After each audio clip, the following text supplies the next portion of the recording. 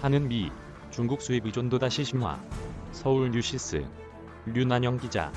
미중 무역 분쟁으로 2019년 급감했던 미국의 대중 수입액이 지난해 하반기부터 크게 늘어난 가운데 앞으로 상당 기간 이 같은 추세가 이어질 것이라는 전망이 나왔다.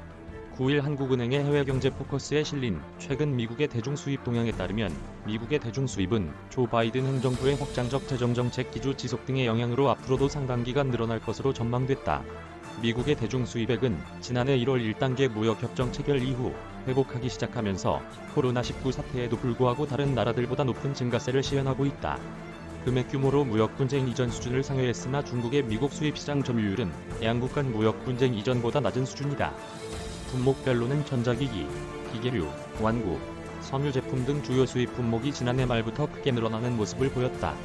미국의 대중 수입이 크게 증가한 것은 미국 재정 지출 확대에 따른 수입 수요 증가, 양국 간 관세 인상 조치의 소강 상태 지속 등의 영향이다. 팬데믹 발발 이후 지난해 3조 7천억 달러, 지난 3월 1조 9천억 달러의 부양책이 통과되는 등 미국 정부가 경제 회복을 위해 재정 지출을 크게 확대하면서 수입이 급증했다.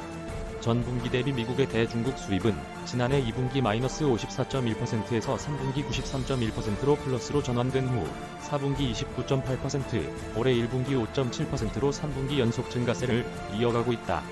한은은 미중 1단계 무역협정 체결로 미국의 대중 수입품에 대한 평균 관세율이 인하된 데다 바이든 정부가 보유율 관세 부과를 통한 통상 압박 방식을 기피하는 것도 대중 수입 증가에 기여했다고 설명했다.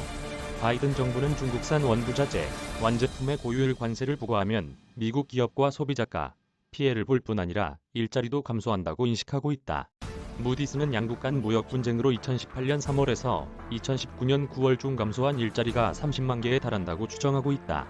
바이든 정부의 확장적 재정정책 기조 지속, 대중 압박 수단으로 관세보다 인권, 기술, 환경 이슈 활용 등으로 인해 대중 수입은 앞으로도 상당 기간 늘어날 것으로 전망됐다. 한은은 미국의 부양책 효과가 대중 수입 증가로 쏠린다면 바이든 정부가 받게 될 정치적 압박이 커질 수 있기 때문에 대중 수입 증가세가 장기간 지속되기는 어려울 것으로 보인다고 말했다. 이메일 주소